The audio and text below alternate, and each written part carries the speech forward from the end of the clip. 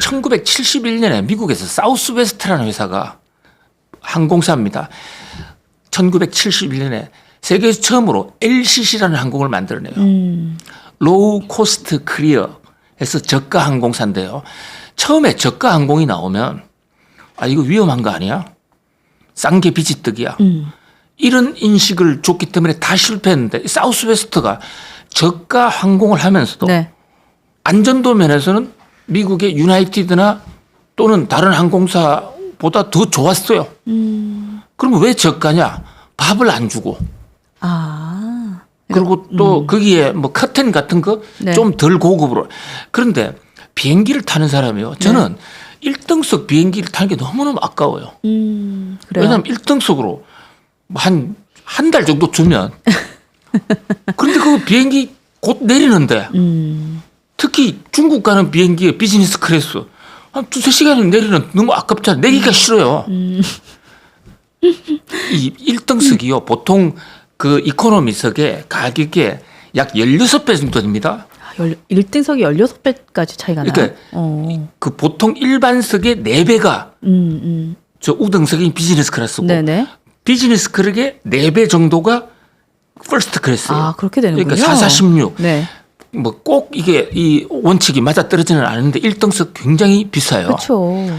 그래서 저는 1등석 표가 있으면 바꿔가지고 그 16분에 15는 그걸로 해서 과자 사 먹고 네. 이코노미로 가는 게 낫지. 뭐 그것이 돈을 잘 관리하는 것이지 왜 1등석을 타고 가야 되나 이런 생각을 해 보는데요. 아무튼 이 바로 그 로우 코스트 크리어라는 LCC가 안전도는 높이면서 네. 왜냐하면 안전도를 낮추게 하면 항공 당국에서 승인을 안 해줘요. 그런데 다만 그 안에 미국 내에 국내선이 많지 않습니까? 길에 한 서너 시간 가는 거. 그 조금 불편해도 가는데 가격을 30% 깎아준다? 이러면 타는 거 아니에요. 그래서 LCC가 선풍적인 인기를 거뒀습니다. 그래서 한 20, 30년 잘 되니까 우리 한국도 대한항공과 아시아나만 있으면 독점이니까 네. 한번 개척을 하셔서 옛날에 한성항공이라고 있었어요. 한성항공. 예, 그게 우리나라 1호입니다.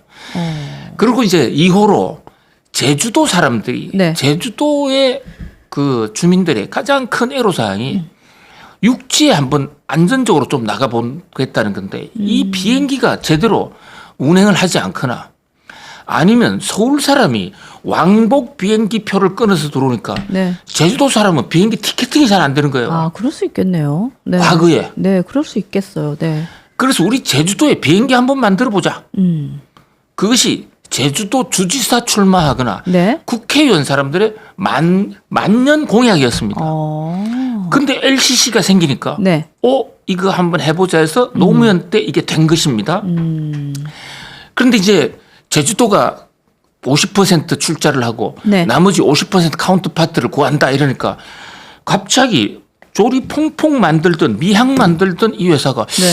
우리 한번 해보자. 왜냐 이 창업주 최몽인 씨가 고향이 제주도입니다. 그러니까 아까 말씀하실 때 최몽인 씨가 제주도 사람이다 얘기를 하셔서 저도 자연스럽게 제주항공이 그래서 탄생을 했구나가 싹 이어졌어요. 그렇습니다. 네. 이 최몽인 씨가 뭐 돈 생기면 제주도에 장학금도 많이 내고요. 근데 이 최몽인 씨가 오래 전부터 제주도에 살아온 사람이 아니고 담나국 사람은 아니고 네. 그 지금 최형석 씨의 증조부 할아버지가 평양 그 유수 네. 평양의 뭐 시장이었어요. 그러니까 최몽인 창업자의 아버지가 원래 정조부. 증조부니까 조선 그 말기. 위에. 예. 아, 그래요? 그러니까 그 할아버지보다도 그 다음. 할아버지 위에. 위에. 그런데 이제 어떤 비리 사건 뭐 여러 가지 정치적인 문제가 돼가지고 귀향을 갔어요. 제주도로 귀향을 온 거예요. 네. 귀향에서 풀렸는데 여기 좋은데 그냥 여기 살자. 이래가지고 제주도에 털을 내리고서 그래서 5대째 지금 제주도에 살고 계시는 분이에요. 아, 그러시군요. 그래서 이제 그 할아버지가 제주도 지사를 했어요. 그렇게 또 이어지는군요. 네, 그렇게 했는데 이제 지금 창업주 최몽인 씨는 너는 일본 가서 공부해야 돼. 일본 유학을 보내가지고 공부를 시켰는데 네. 해방이 되면서 이제 돌아온 거죠.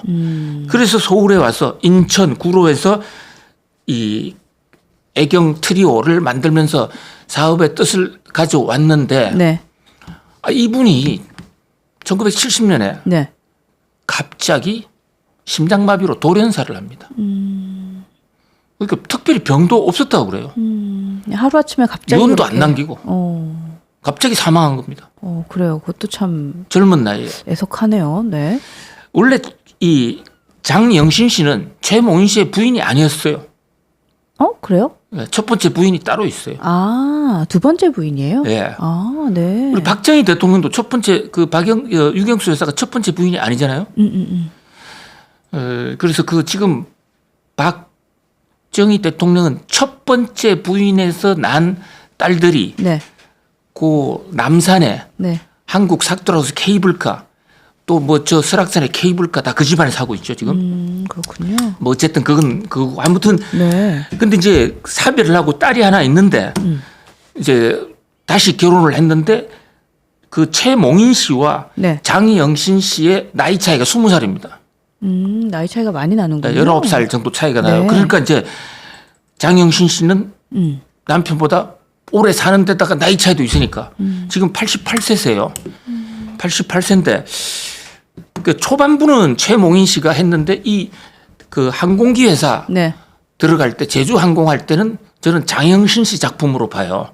그래요. 그때는 최몽인 씨가 이미 돌아가셨고 그런데 이제 그 부인이 남편의 제주도에 대한 사랑 이거로 또 그리고 회사가 자식들한테 물려줄 회사가 비누나 퐁퐁에서는 그쳐서는 안 되겠다 해서 제주항공을 이제 인수를 했고 제주항공이 잘 나갑니다. 네. 그래서 2등으로 시작했는데 1등으로 시작한 한성항공을 제쳤고 지금 최근까지만 하더라도 제주항공이 네. 수익성 면에서나 매출 면에서 3등 그러니까 대한항공, 아시아나 바로 밑에 붙어 왔었어요. 그럼 저가 항공사들 중에서는 뭐 랭킹 1위인 거네요. 압도적인 1위였는데 그런데 네.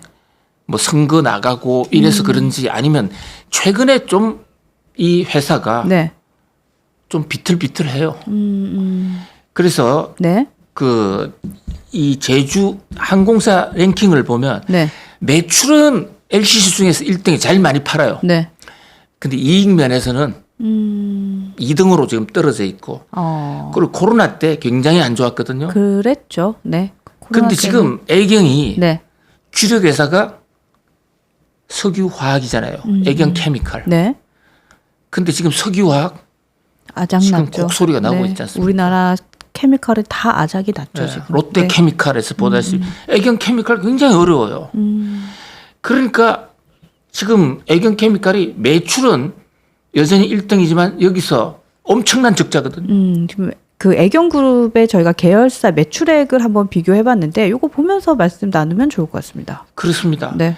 그러니까 지금 애경 케미칼이 굉장히 크긴 한데 네. 거기서 많은 뭐 매출은 있지만 손실, 적자가 커지고 있는데 제주항공은 그나마 흑자예요. 흑자이긴 한데 과그만큼 못하는 거죠. 그렇죠. 매출액에 비해서 이익은 적은 상황. 예, 네. 점점 줄어들고 있는 사장. 그다음에 AK 플라자. 네. 요즘 유통업은 또 쿠팡 쇼크 때문에 좀 어려워요. 그렇더라고요. 네. 그다음에 애경산업도 뭐 저기가 트리오 같은 거 이런 게 경쟁사가 워낙 많죠.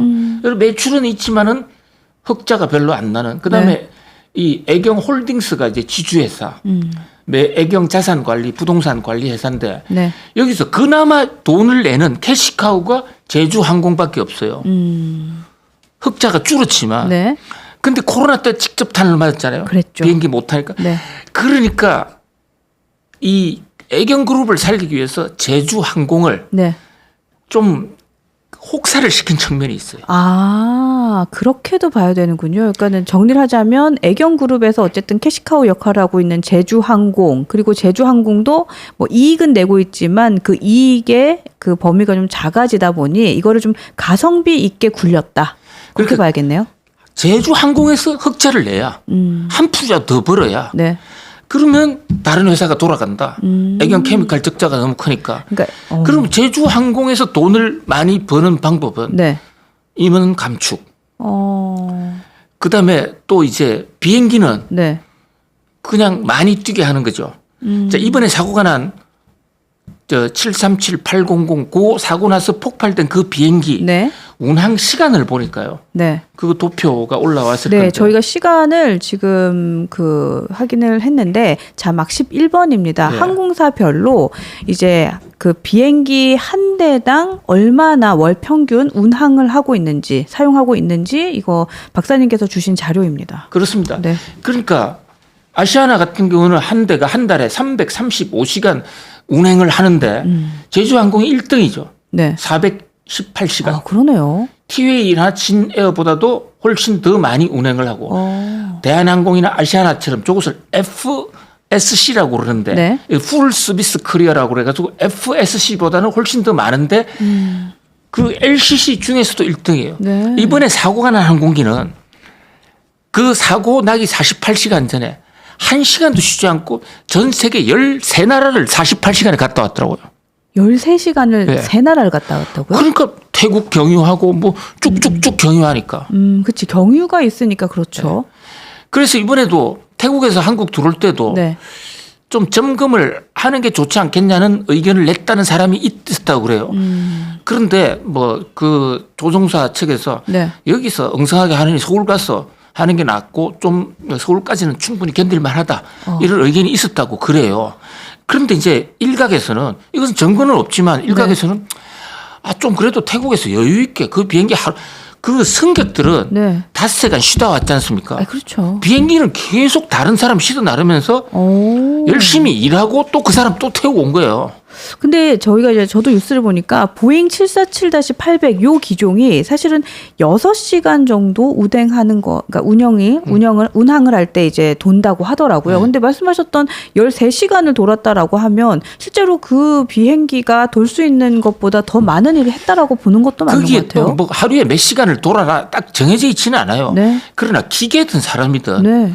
과유불급이라고 아, 그렇죠. 계속 일하면 탈이 납니다. 아, 그럼요. 뭐 그러니까 지금 뭐 저는 기본적으로 이번 사건은 복합적인 요인이다. 그래서 뭐 공항에도 문제가 있었고 네. 또 정비에도 문제가 있었고 보다 근본적으로는 보잉 항공기 자체에 문제가 있다. 지금 앵커님께서 747이라고 그러는데 이건 747이라고 737이에요. 아, 737인가요? 예, 정정하겠습니다. 737, 800. 네. 이 737, 800이라는 것도 최근에 사고가 가장 많이 나는 기종 중에 하나거든요. 근데 원래 737에서 747, 757로 넘어갔잖아요. 네. 그러면 보잉사가 이 다른 버전으로 빨리빨리 넘어가야 되는데 737에서 돈을 좀 벌었어요. 그러니까 737 안에 737 100, 737 200, 800 계속 시리즈로 만든 겁니다. 737 시리즈를 만들면서 이거를 조금 더 이제 뭐 많이 팔려고 노력을 했네요. 그 근본적인 엔진은 바뀌지가 않은 것이죠. 737 시리즈에서. 아, 그렇군요. 그러니까 싸죠. 네. 그리고 이제 그 이후에 나왔던 버전보다는 조금 싸니까 현재 제주항공이 네. 저 비행기를 제일 많이 갖고 있어요. 그 저희가 지금 보잉 737-800 요 비행기가 우리나라에 몇 대가 들어와 있는지도 한번 확인을 했는데 보니까 제주항공이 가장 많더라고요. 그게 737, 800이 안전하지 않다. 네. 근거 없습니다. 그건 증거가 없어요. 그렇죠. 네. 그런데 이제 요즘 대한항공이나 아시아나가 보유하고 있는 것보다는 가격이 좀 싸요. 구매하는데. 그러니까 지금 그 보잉 737을 가장 많이 보유하고 있는 것 그리고 플러스 한 대당 가장 많은 운행을 한 것이 지금 제주항공에서 확인이 되고 있기 때문에 우리 박사님께서 말씀하신 것과 같이 정말 좀 가성비 있게 기업을 좀 뭔가 좀 아끼고 뭐 마른 걸레를 짜내는 것처럼 이 기업을 운영한 것이 아닌가라는 합리적인 의심이 사실은 좀 들긴 해요. 그렇죠. 그건 네. 증거는 없는 것이고 네. 뭐 제주 에어 쪽에서 우리는 열심히 했고 네. 정비에 아무 문제 없다. 이것은 다 저 박스 네. 무슨 박스죠? 그 비행기 블랙박스. 예, 블랙박스를 네. 열어봐서 이제 조사를 해봐야 되고 다만 네. 경영학자의 한 사람으로서 좀 가성비 높게 경영하려고 노력한 흔적은 많이 보인다. 그게 뭐 나쁜 건 아니에요. 그렇죠. 이제 그러다 보니까 이번에 일각에서는 네. 제주항공 사고는 좀 예견된 좀 너무 비행기도 많이 돌렸고 네. 사람도 적고 그러다 보니까 혹시 낯설 수도 있지 않냐 그 대목도 조사 좀 해봐달라 이런 어떤 요구가 있는 것이죠. 네. 아무튼 지금 저는 이번 사건을 계기로요. 애경이 화학 때문에 굉장히 어려운데 화학회사잖아요. 롯데는 화학회사가 아니에요. 네. 롯데는 유통을 본업으로 유통이죠. 하고 네. 화학을 한번 해보려고 그러다가 덜커덩 하는 거고 이 지금 애경은 화학이 본체예요. 그런데 그것을 좀 충격을 완충해주는 제주항공이 어렵게 되면 네. 애경이 흔들릴 수도 있다. 그런 면에서 주가도 지금 많이 떨어졌잖아요. 그렇겠죠. 네. 그래서 이건 제주항공 사태는 애경그룹의 사태다라고도 볼 수 있다. 그러게요. 그러니까 어쨌든 우리나라의 기업이 아까 어떤 분도 댓글을 주셨는데 기업이 무너지면 국민들이 힘들다 이런 얘기 하셨거든요. 네. 어쨌든 우리나라의 뭐 대표적인 그룹 중에 하나이니까 또 애경그룹이 또 조금 좋지 않은 상황을 좀 처하게 되지 않나라는 생각도 들게 되네요. 하게 되네요. 예, 그렇습니다. 그런데 물론 뭐 애경의 잠재력이나 그 포텐셜 파워가 강한 회사이기 때문에 네. 이 또한 극복해 내리라고 믿습니다. 한번 생각을 해보세요. 네. 세탁비누로부터 시작해가지고 네. 제가 6개 단계를 거쳐서 비행기 회사로까지 발전했다. 네. 그 과정 하나하나에는 애경의 저력이 있고 특히 장영신 회장님의 네. 공이 크다. 그런데 이 장영신 회장님이 안 나타나고 있단 말이에요. 한 10년가량을. 그러게요. 혹시 뭐 이렇게 행방에 대한 얘기가 들리는 게 없으세요? 그러니까 아마도 추측 근데 일각에서는 혹시 병상에 누워 계신 게 아닌가. 그럴 수도 있겠네요. 그러니까 이건희 회장 그랬죠. 또 우리 그 현대가의 정몽구 회장님도 안 나타나신 지 굉장히 오래됐잖아요. 아, 그렇죠. 네, 네, 그러네요. 그러니까 그러시는 대로 완전히 병석에 있으면 그렇다면 이번에 피해자들 유족들한테 장영신 회장은 지금 병상에 있으니까 못 나옵니다. 이렇게 솔직하게 밝히는 게 낫지. 회사가 그냥 서류 한 장으로 딸랑 내고 회장님은 안 나오시니까 오해가 하잖아요. 지금 현대는 네. 회장이 그리고 공정거래법상 주인이 정의선 회장으로 아버지가 살아있지만 이미 승계했어요. 그런데 애경은 지금 장영신 회장님이 회장으로 돼 있단 말입니다. 그렇더라고요. 그 현대가의 가계도도 저희가 준비를 했는데 한번 보여주시겠어요? 자, 이 또 현대가하고 관련이 있어요. 그렇더라고요. 네. 예. 그러니까 지금 그 현대가에 정몽구 회장이 딸이 3명 있고 막내가 아들입니다.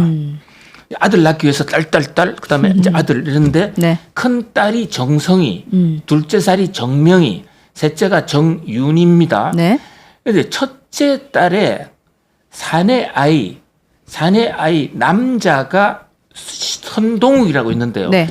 이 선동욱 씨 부인, 네. 그러니까 정성희 씨의 며느리가 최수연이라고 바로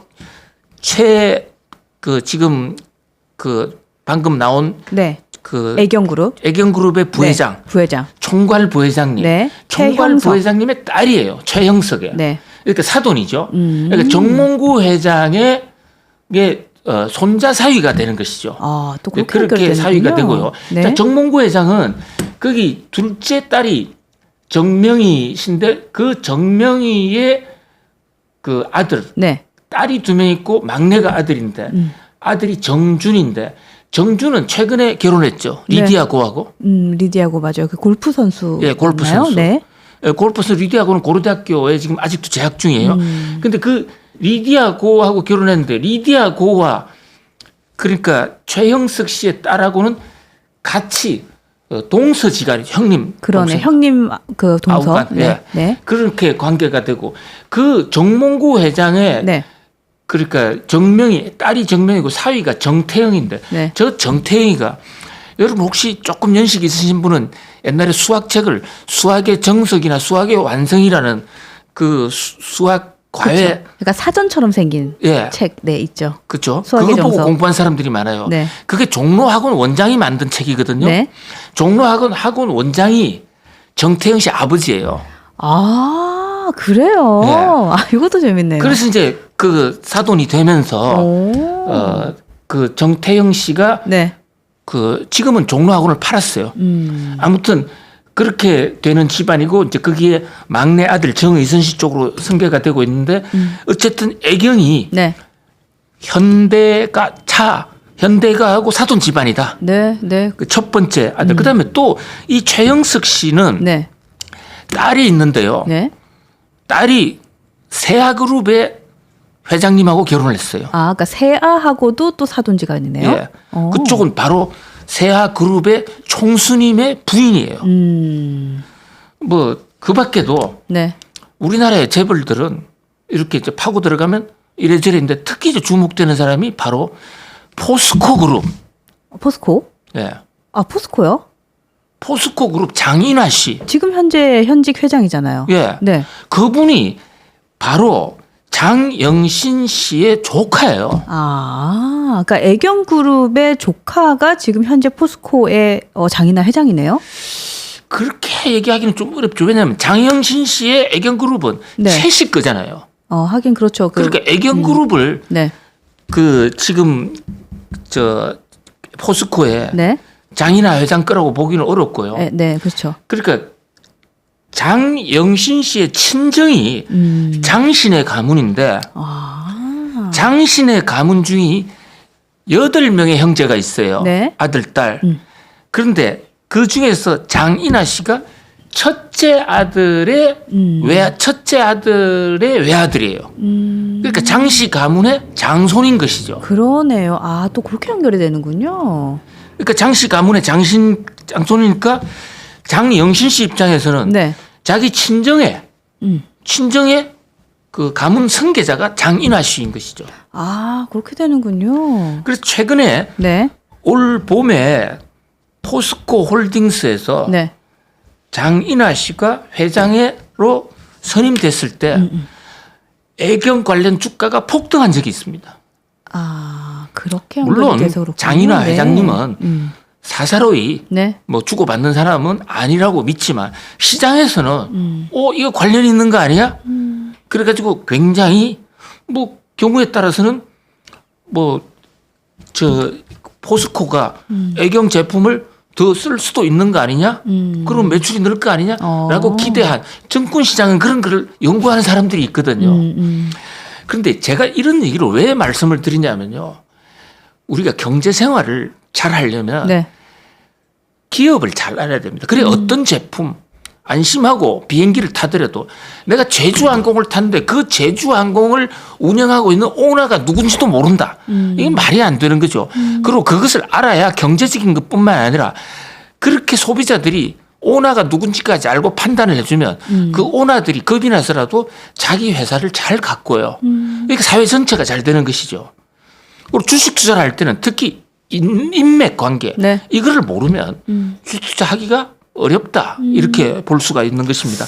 그러니까 애경의 가문이 빨래 비누 하나로 생각도 있는데 우리나라의 세아그룹이나 현대차 또 하나의 기업이 있습니다. 자 둘째, 네. 그러니까 장영신 씨의 딸이 있는데 그 이제 맏딸이죠. 맏딸의 남편 네. 안영찬이라는 분이 있습니다. 이분이 사실상 제주항공의 사장으로 오래 근무했습니다. 아, 그래요. 그런데 그분의 네. 딸이 네. 파리바게트하고 결혼했어요. 아, SPC사? SPC 허희수라는 분이 있거든요. 네네. 허희수 씨의 부인이 바로 그러니까 장영신 씨의 그 손녀인 것이죠. 그러니까 SPC 그룹, 네. 파리바게트, 현대차, 세아, 포스코 이게 다 애경과 연결이 돼 있다. 아, 그렇게 되네요, 진짜. 그러니까 애경이라는 그룹이 어쨌든 우리나라 재계에 굉장히 좀 굵직굵직한 기업들하고의 연관성이 굉장히 좀 이렇게 강하게 되어 있네요. 그래서 저는 상가집에 가면 반드시 그 집의 그 상주들 명단들이 상가집에 가면 나오잖아요. 그렇죠. 그것을 20대 때부터 그걸 쭉 받아 썼어요. 왜냐하면 이게 족보 찾아보기 쉽지가 않으니까. 근데 상가집에는 다 나타나거든요. 아, 그렇죠. 네. 관계도가 다 나와요. 그것을 컴퓨터에 딱 집어넣으면 이게 사돈의 8촌까지가 인맥도가 척척척 그려져 나오고. 아, 그래서 박사님께서 인물전에 강하시군요. 조금 연구하고 있습니다. 아, 왜냐하면 제가 그렇구나. 강하다는 건 아니지만은 네. 기업을 이해하려면 기업 어차피 사람이 꾸려가는 거. 아, 그렇죠. 사람을 알아야 된다.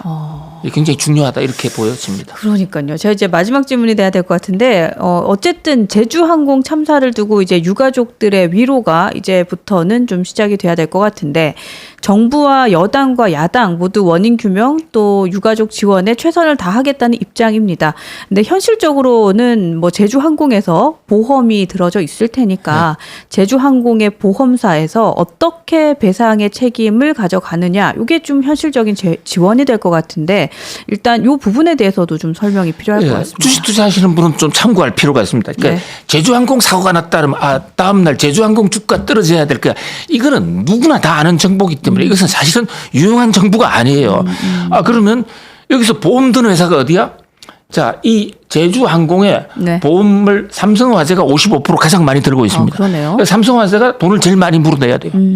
그다음에 KB손보, DB손보, 메리츠화재, 하나손보 이렇게 물어내는데 이 회사들은 또 이 재보험이라는 회사에 나중에 돈은 좀 돌려받을 수가 있습니다. 2차 보험을 또 들거든요.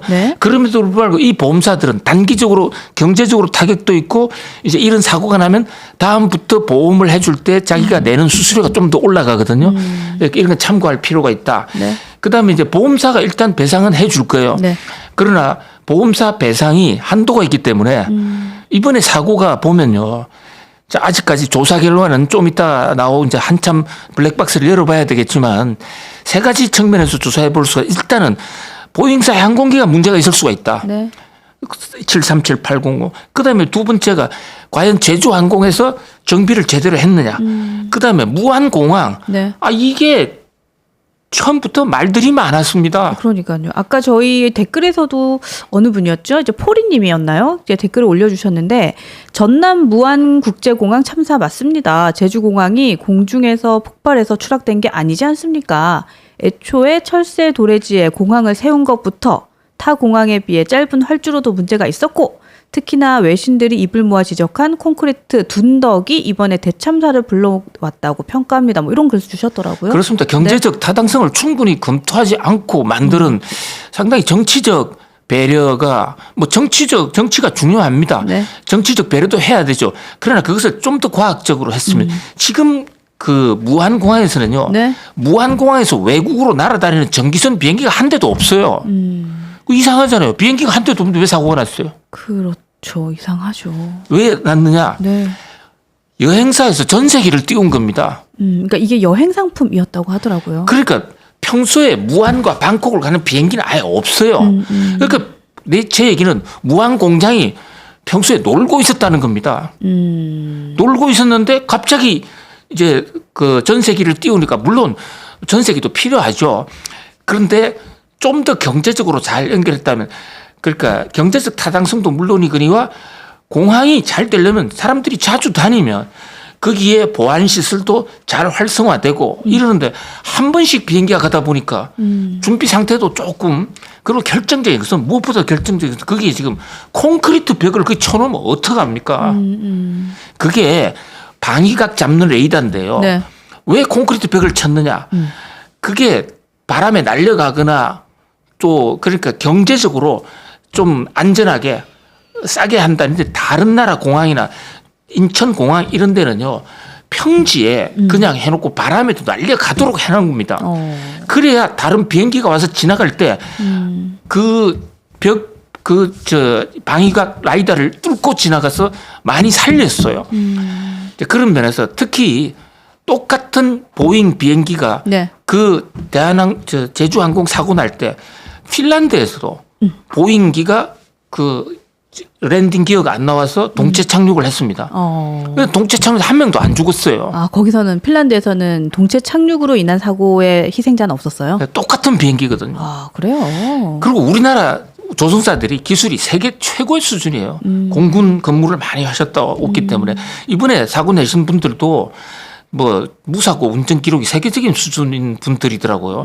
뭐 그런 면에서 물론 누구 잘못인가는 조사 결과를 봐야 되겠지만 저는 공항 잘못도 있지 않느냐. 공항은 보험을 제대로 들어놨느냐. 뭐 이런 문제들이 종합적으로 제기될 수 있다. 그래서 이런 글도 주시고 계세요. 지금 무한 군수, 뭐 전남도 의원, 국회의원들, 공무원들 모두 뭐 민주당과 정책에 부실을 낳은 것이 아니냐, 뭐 이런 글도 주셨는데 어쨌든 말씀하신 대로 제주 항공의 정비의 문제인지 보잉사의 비행기의 문제인지 정말 정치적인 이슈로 인한 이런 무한 뭐 공항에 좀 무리한 뭐 허가가 있었는지 뭐 등등의 이야기들이 이제부터가 시작인 것 같아요. 진짜 잘 밝혀지리라 믿고 또 원인 규명이 정말 잘 돼야지만 그래요. 그러니까 같은 뭐 사고가 또 반복되지 않지 않겠냐, 뭐 이런 생각도 좀 듭니다. 그렇습니다. 네. 예. 네, 이렇게 해서 저희가 오늘 오전 11시 문제는 도니아에서는 주말에 있었던 저희 제주항공 무한공항 참사에 대해서 또 실질적인 주인인 애경그룹에 대한 이야기를 함께 해봤습니다. 여러분들도 보시면서 뭐 많은 생각들 하셨을 것 같고 또 진짜 참 시끄럽다, 상황이 참 나라가 너무 힘들다라는 생각도 많이들 하고 계시는 것 같습니다. 네, 오늘 이렇게 해서 저희가 11시 방송은 정리를 하고요.